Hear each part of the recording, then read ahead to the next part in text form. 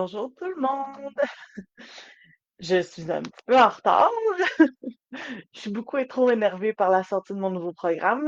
Je gosse là-dessus nuit et jour. Enfin bref.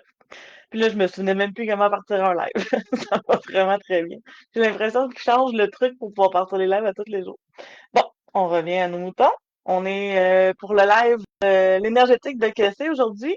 Je vais démystifier le mot ancrage. Si vous avez des questions, gênez-vous pas, je peux y répondre tout de suite pendant le live. Sinon, je vous répondrai plus tard en commentaire. Donc, l'ancrage aujourd'hui. Oui, l'ancrage, c'est quelque chose qui peut être très clair pour certains puis très nébuleux pour d'autres. On n'est pas habitué avec l'énergétique. C'est comme si ton énergie, c'était comme un ballon. Puis l'ancrage, c'est la corde qui le relie à la terre, à ta main, dans le fond, au sol, à la gravité.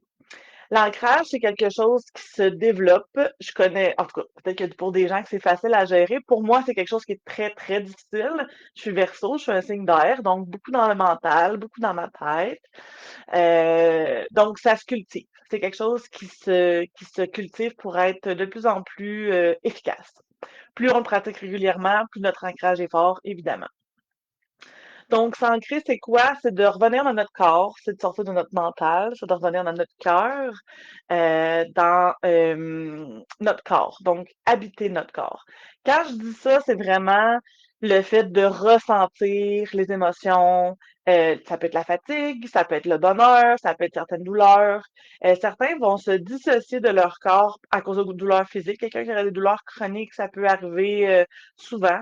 Si on est dans un état émotionnel qui est difficile aussi, habiter notre corps puis ressentir les émotions négatives, c'est pas toujours agréable. Donc, ça peut être quelque chose qui peut être fait. L'important pour être capable de bien gérer ce qui nous arrive, c'est d'être capable de rester ancré et dans notre corps pour adresser ce qui est là. C'est pas possible tout le temps, on s'entend, mais c'est d'être là le plus souvent possible ou d'être capable d'y retourner pour adresser ce qu'on a à gérer, les émotions, douleurs physiques, etc. Donc, c'est d'être connecté à nous, à notre corps, mais à la Terre. On est des êtres incarnés sur Terre, donc on a une connexion avec l'atmosphère qui nous entoure, mais aussi ce qu'on a en dessous de nos pieds. Ok, je regardais si j'avais des, des questions.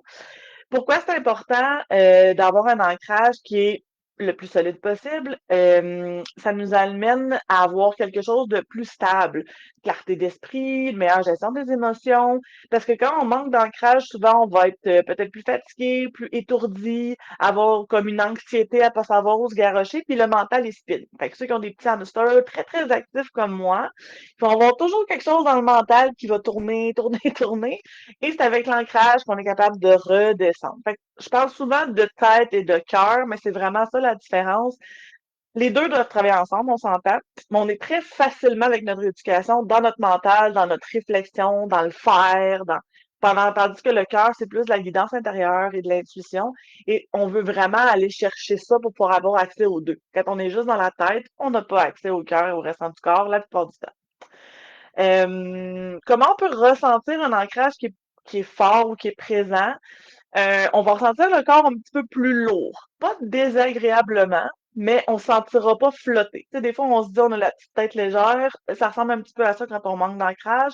Donc, on va sentir un petit peu plus de poids dans nos pieds, dans notre corps. Euh, on va avoir une clarté d'esprit, on va être plus calme. Puis calme, c'est différent d'une personne à l'autre. Moi, quand je suis calme, j'ai quand même l'air énervé. Dans le sens que mon naturel est quand même très dynamique. Fait que je serais pas quelqu'un de complètement tranquille à ne plus bouger. Ça fait pas partie de ma personnalité. Fait que c'est vraiment d'aller chercher le calme qui vous correspond. Parce que longtemps, j'ai voulu correspondre à un standard que je ne fit pas dedans. Je ne fit pas dans ce moule-là, moi. Fait que même dans mon calme, le plus calme, j'ai quand même un dynamisme qui va quand même être différent de peut-être la plupart des gens qui vont entrer dans ce calme-là. Donc, des exemples concrets pour s'ancrer au quotidien. Aller marcher dans la nature, travailler dans la terre, les gens qui aiment ça, jardiner. On peut visualiser aussi des racines qui sortent de nos pieds, qui vont aller s'ancrer dans la terre, comme vraiment une visualisation. Surtout si on fait de l'anxiété, quelque chose qui nous stresse, un live, par exemple. Donc, d'essayer d'aller visualiser cette espèce d'ancrage-là à la terre, de visualiser notre corps qui se remplit de notre énergie. Je fais souvent visualiser aux gens une couleur en particulier. Donc, moi, mettons, j'aime beaucoup le mauve. Je vais visualiser une espèce de lumière mauve qui va remplir toutes les parties de mon corps, mes cellules et tout. Et je vais imaginer des racines, souvent rouges, parce que le chakra racine, c'est le chakra qui est le plus bas dans le corps. C'est celui qui est là pour l'ancrage aussi. On va revenir pour les chakras dans un autre live, mais c'est vraiment un centre énergétique. Donc, d'aller visualiser des racines rouges qui partent de notre bassin, qui vont descendre le long de nos jambes et sortir par les pieds pour aller se connecter à la terre. Vous pouvez prendre le temps aussi de ressentir l'énergie que la terre nous apporte. C'est très, très, très enrichissant et calmant comme énergie à aller connecter.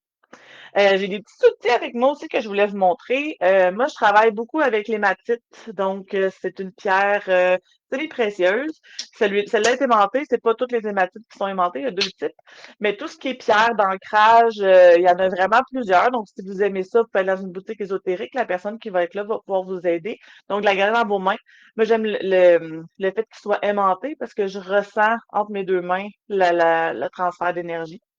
Sinon, il y a des organites. Il y a plusieurs différentes organites. Des organites, c'est, là, je peux pas vous donner exactement la façon de la fabriquer, là, mais je sais qu'il y a des fils de cuivre dedans et des pierres aussi. Ça exacerbe la force de la pierre. Donc, j'ai mon organite pour l'ancrage, justement, vu que moi, c'est un défi au quotidien. Donc, rouge, la couleur du chakra racine. C'est quelque chose que je vais porter sur moi. Et en ouverture de cœur, l'orgonite pour le chakra du cœur. Donc, pour aller vraiment me centrer dans mon cœur et sortir un petit peu de mon mental. J'ai aussi des malas que j'utilise quand j'ai besoin de m'ancrer. Les malas sont pesants, c'est des pierres qui sont pesantes. Donc, pour moi, ça m'aide à redescendre dans mon corps quand mon cerveau y vole un petit peu. Fait que ça, c'est mes façons à moi de travailler mon ancrage, mais ça peut vraiment être différent d'une personne à l'autre. Il y a aussi des outils qui est la désinversion, donc le tapping, pour ceux qui connaissent sur le point karaté, qui viennent aider à recentrer l'énergie, à l'envoyer vers l'avant, puis être plus calme, plus détendu, et la cohérence cardiaque. Si vous voulez avoir ces outils, vous pouvez m'écrire en privé, je vais vous envoyer les liens. C'est quelque chose qui prend quelques minutes à faire, même la désinversion, c'est une minute, là, c'est vraiment pas très long. Et puis, ça a des effets immédiats. Donc, c'est vraiment, vraiment aidant pour revenir à soi. Donc, quand tu es plus ancré dans ton énergie, dans ton corps, ton énergie circule mieux, ta tête est plus claire, puis tu es capable d'avancer de façon bénéfique dans ta vie. Bon, ma lumière est en train de me lâcher. Ça va bien aujourd'hui. Donc, c'est ça. Fait que j'aimerais ça savoir, c'est quoi votre façon de revenir à vous-même, de travailler votre ancrage, vos petits moyens chouchous pour y arriver. Donc, je vous invite à commenter en dessous de la vidéo. Et puis, si vous avez des questions, gênez-vous pas, vous pouvez écrire en dessous. Je vais vérifier juste des questions présentement. Non, super.